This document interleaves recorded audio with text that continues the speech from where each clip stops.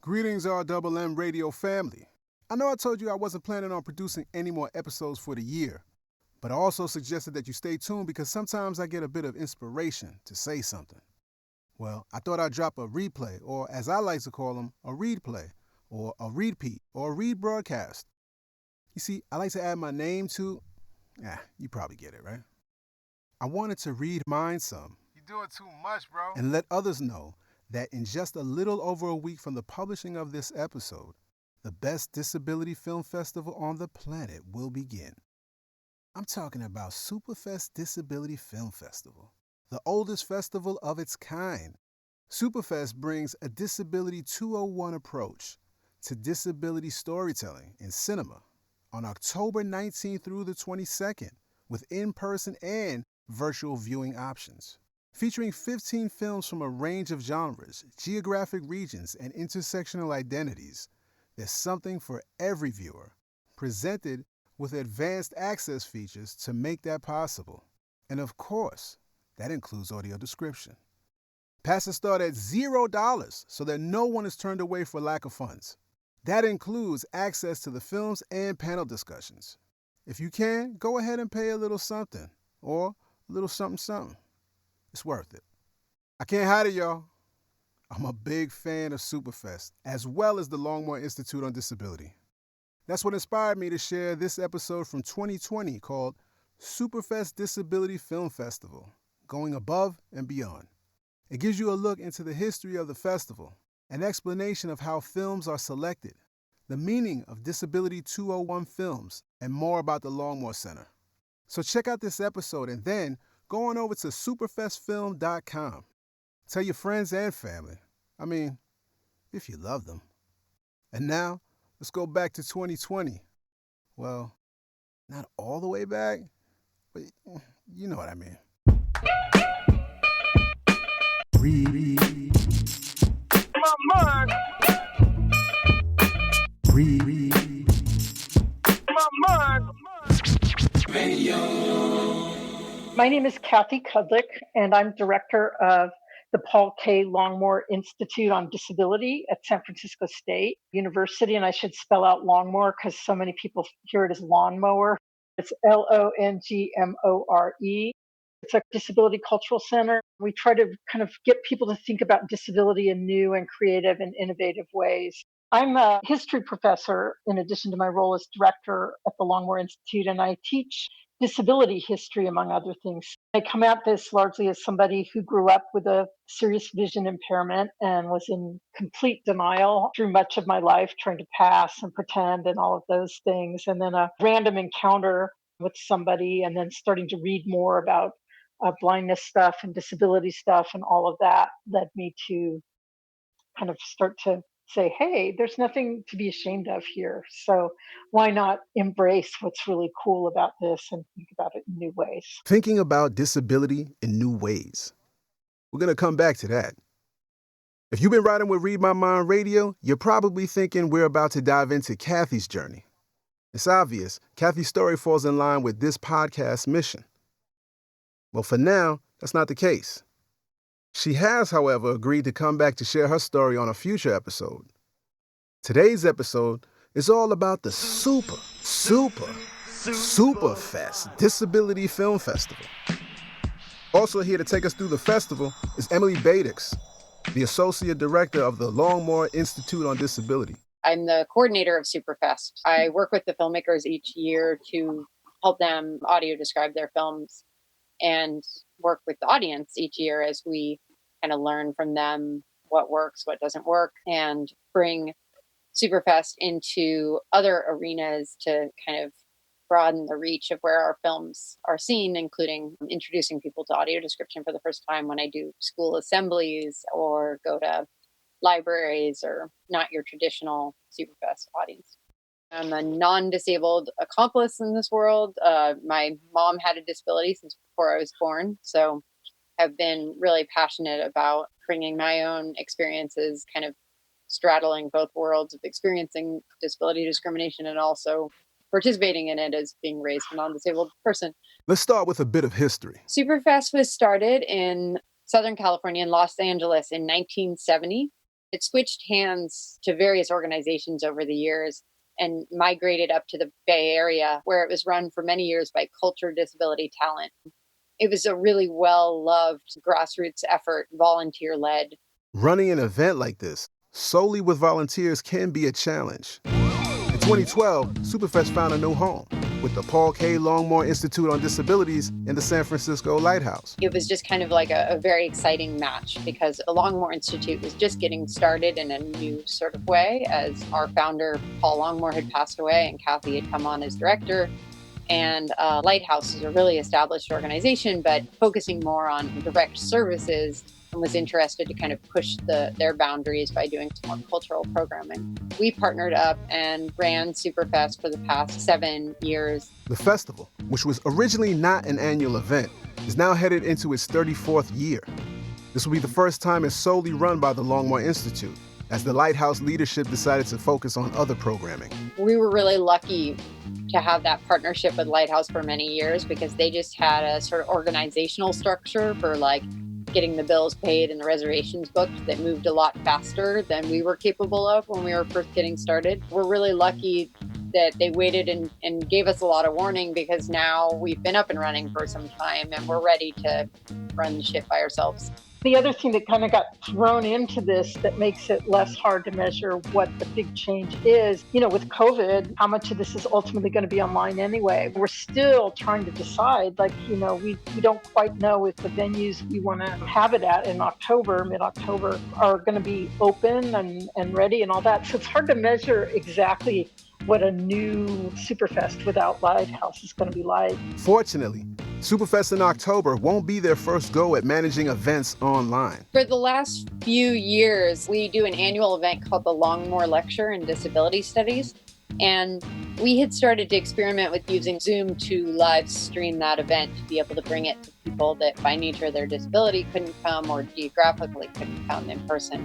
When shelter in place hit, and we're here in San Francisco, which is one of the first places in the country that got the official lockdown, we kind of saw it as a real opportunity. We were like, oh, we can do online programming. We've had experience with this and we can figure out how to bring it to a festival environment. The challenge in presenting films online is the threat of pirating. You are without doubt the worst pirate I've ever heard of.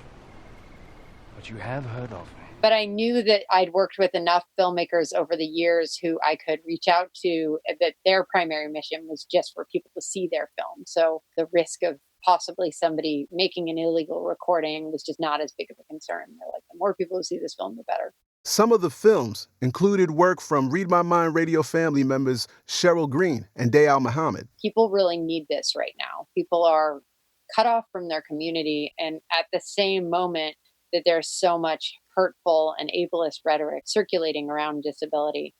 And so to be able to spend an evening or an afternoon watching some disability films that also really bring people together and celebrate disability and get at the nuances of life with the disability that certainly mainstream media doesn't always get, just felt like a really important possibility. My initial interest in featuring Superfest here on the podcast began with access. I was really impressed with the way they just, for me at least, appeared to come out of nowhere and start providing content for the disability community. The way they do access, not only do I feel included, but knowing others were also able to participate just felt like something I should share with the Read My Mind radio family. I wasn't the only one reacting. One person was like, I've never been able to participate in any sort of film festival in my life because I spend most of my time in a bed. And they said this was just incredible to get to be part of this. Another one that stood out was like a guy who stayed up super late to watch in Kenya with a group of friends and was like, that was absolutely worth staying up for. Like, now I have a group of friends and we're going to watch all your programs. And he totally has. So just being able to bring this program to people that don't have what we have in the Bay Area has been really exciting. Emily thought to do another really cool one, which was Superfest Kids. It was kind of a nice homeschooling moment, I guess, with disability awareness and whatnot. And it was all geared towards kids. How many people did we have on that? Do you remember? We had about 150, a number of people who were like, my kid's supposed to be in a Zoom call with their class right now, but this is a more important lesson. A lesson that more of us need, no matter our age. For the unfamiliar, the idea of a disability film It's something like, oh, disabled people are people too, and isn't it great that they're there, and this is a positive, happy, uplifting story. It's not a depressing one, whatever. Those are fine, but we highlight what we think is Disability 201, films that share the creativity and the ingenuity or the unexpectedness or intersections of disability with other kinds of identities. identities like race, gender, sexuality.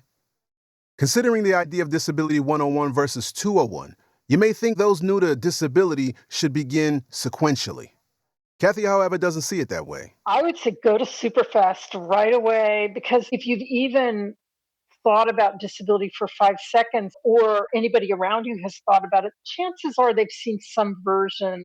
It's usually some film by a family member or a friend that just thinks, wow, it's really great that so and so with fill in the disability, and then fill in what they did. They either traveled somewhere, or they climbed a mountain, or they went to school. The 101 or 201 classification isn't about good or bad. The distinguishing factor between the two is that 101 films aren't often made with disabled people in mind. We want people to sort of think about disability as experimental and as interesting and as passionate, and not just as a yet another feel-good story about somebody climbing a mountain because they started to be more comfortable with their disability or they needed to prove themselves. We want to ask them to think about, like, well, what happens when that person comes down from the mountain? What's their life like after that? That's another difference. The 101 films feature a single disability experience. But the 201 version would have them speaking to other disabled people and kind of bonding. There'd be some sort of connection and some sort of excitement and engagement. It's not just like one person being sort of showcased all by themselves. It might be that they have a quirky view on things and they change the thinking of other disabled people, or they change the thinking of people around them to give an unexpected perspective on the world around them. The 201 films like Superfest really center disabled people. And at the end of the day, as Emily explains, the goal is pretty simple. We're just trying to not have them be bored. Even if you are new to finding your disability identity, typically a 201 film can just go a lot farther with like pushing people's buttons and thinking like, wow, there's just this whole world of thinking about disability that I haven't seen before. A few years back, we came up with a list that we kind of think of the 10 things that define Disability 201 and what Superfest is all about. Things you're going to find at Superfest that you aren't going to find anywhere else. These are things like people with disabilities as the main characters, intersectionality. People with disabilities aren't just white men, as often portrayed in movies. So at Superfest, you'll see representation from Black, Latinx, LGBT people with disabilities. I'll include a link to these 10 categories on this episode's blog post at readmymind.com. At Superfest, all screenings include open audio description. So unlike when you attend a film at your local theater and you request a headset and receiver to privately stream the audio description, these films have the description streaming with the main audio. As Kathy notes, this does require some introduction for an audience unfamiliar with AD. You're going to hear this and you're not used to it. Think about it as a new way of watching films. I've often thought of it in that context of when they introduced talking to silent films. It's another layer that people weren't ready for, and that suddenly like, whoa, this is very new. The problem with that, though, is it can be sensory overload for people that have processing or cognitive stuff going on. A challenge of producing a film festival like Superfest is the idea that creating access for one group of people may unintentionally exclude another group. For example, Emily talked about a film called To Be or Not to Be. It featured a young man with cerebral palsy in Kazakhstan. The film, which was in Russian, required translation. For sighted viewers, printed subtitles along the bottom portion of the screen will do the trick. Blind viewers require overdubbing. The focus of the film is really his incredible acting abilities. In making it accessible for the blind, we were then losing hearing this actor with CP and his own voice telling his own life story. So it was a really tough example of like a competing accommodation of wanting to bring access to the blind, but not wanting to lose this man's voice. This particular film worked out because it had enough quiet space that the description and dubbing was staggered to allow the actor's voice to be heard. For this very reason, Superfest now determines which films are better suited for open description, but offers closed description for others. So much of our work is working with these filmmakers to teach them and think about the process and have tough conversations as we do it, so that hopefully people are thinking about it in advance of making their films. So what is that process like of teaching the filmmakers? Well, when they apply to participate in Superfest, there is a requirement box that they have to check that says that they'll get their films captioned and audio described. Most of those who apply are in agreement with this philosophy. In some cases, especially for independent filmmakers, the cost of captioning and describing, while small in comparison to other production costs, can present a challenge. A lot of our filmmakers are able to just get it done. Other times we have to work and get creative about finding funds ourselves to be able to cover those expenses or find funders that are willing to do it for them. With each film, we kind of think it through with the filmmakers and sort of talk through the strategies. Funding is just one of the challenges. Some films may just be packed with dialogue and visuals, leaving little or no space for description. And so we're like, we're going to just have to add pauses to the film to do this right and get some of that audio description in. There were going to be visuals that like everyone in the crowd who was cited was going to laugh at, and we didn't want to risk that people would not get to experience those jokes. And so we built in those pauses, and I think this filmmaker was super up for it. You know, when audio description's done badly, it's horrible. It's like suffocating something that's beautiful and something that's not. But when it's done well, it kind of coaxes out some great stuff that's already in there and enhances it. So she got somebody to audio describe the film that had the same snarky tone that the images did. So it totally enhanced the images for everybody. We're introducing it to them for the first time, but we're also really trying to empower them to be advocates for what the final product is and to be like, you know your film best. You know if that visual right there matters or if that was just some B-roll you needed to fill the shot. The more active that they can be in the audio description process, if they do outsource, the better the results have been. To me, that's the dream of a Superfest audio description experience where the filmmaker says, whoa, this made my film better.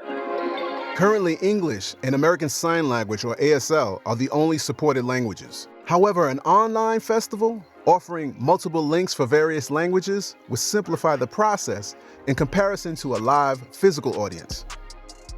Getting that audience, whether in person or not, that takes work. Shout out to our wonderful student assistants. Every time we have an event, get an email from me like, okay, here's the audience for this one. Think of everybody you can, send them this email. We have like a big list of like disability organizations all across the country, but then with each one, we're like, okay, who could we reach that would not have any interest in attending a disability film festival, but because of this new sort of twist on it might be interested. Selecting the students, or Longmore Fellows as Kathy refers to them, is not about finding interns to get the job done. We try to hire as many students with disabilities, put them in the majority as our kind of student workers, but also we're educating them and bringing them into community with each other about new ideas around disability. The students are experiencing the mission of Superfest: advocacy, education, and community building, all done through the Phase 1 judging of the films. It's almost like a class, but we get paid internships for students with disabilities to come and basically watch like 190, 200 films and have to winnow it down to just like 10 or 15. And we teach them and they teach each other and they become advocates and learn about representations of disability, all of these things by working together. Both Kathy and Emily lead the interns in discussions about the films. With each of the students coming to disability from different angles, as you can imagine, the conversations are rich and engaging. For more on Superfest jurors, check out episode 76 of Alice Wong's Disability Visibility podcast. I'll hook you up with that link over on readmymind.com. While much of the world got caught flat-footed during the pandemic, we see how the team at Superfest was in a position to quickly respond. We have always evolved with new twists and turns each year. There's always something. The elevator at the BART station right by the venue was down, so we created a bus bridge to another BART station. It was like, we found out like that morning of the festival. One year we arrived at one of our venues, and the night before they had painted a wall like right outside the entrance to our auditorium. So the fumes were going to be a serious problem for anyone with chemical sensitivity. And we're like, all right, let's figure it out. We're going to get some fans in here. We're going to reroute, and everybody's going to enter through the back. We've been giving advice to some of the other film festivals, not just disability film festivals, but film festivals, period, on how to do online programming. And I think that's a great example of like when you're in the disability community and you're used to things not being made for you because of ableism, that gives you this sort of adaptability and flexibility. And like our festival has that spirit. The Superfest Film Festival will take place on October 17th and 18th, 2020. Remember, these dates refer to 2020. The 2023 dates are October 19th through the 22nd. With 15 films all falling within the range that Superfest aims to include. Different disabilities featured, a mixture of films that are documentaries that look at some of the honest hardships of life with a disability, and others that are light and hilarious and really get at some of the like funniest moments of insider humor inside disability community. A lot of really incredible artistic films that explore sort of the beauty that comes with disabled bodies and disabled dance and movement. This year's set of films consists of 14 short and 1 feature film. Called God-Given Talent, that explores a local Oakland-based artist and performer who's Black and blind. Really looking forward to sharing that sort of more local story. And yes, you're going to hear more about that particular artist in an upcoming episode right here on the podcast. Scene 1, Apple, take 1. For more on the Scene 1, Apple, take 2. For more on the films included in this year's Superfest lineup, visit superfestfilm.com. You can learn more about the Paul K. Longmore Institute on Disability at longmoreinstitute.sfsu.edu. They're on Twitter at LongmoreInst or LongmoreInst, and at Facebook, facebook.com/SFSU Disability. Or just check out this episode's blog post at readmymind.com for all the links. Superfest sounds like much more than a film festival. In fact, I see it as a resource for those adjusting to blindness. Chances are those new to blindness or disability in general haven't spent much time critically thinking about disability. Being new to the experience is an opportunity to examine all that's been accumulating in the subconscious over the years. The films featured in Superfest encourage us to move our thinking about disability to a conscious level. Take a look at the list of 10 things defining the 201 films at Superfest.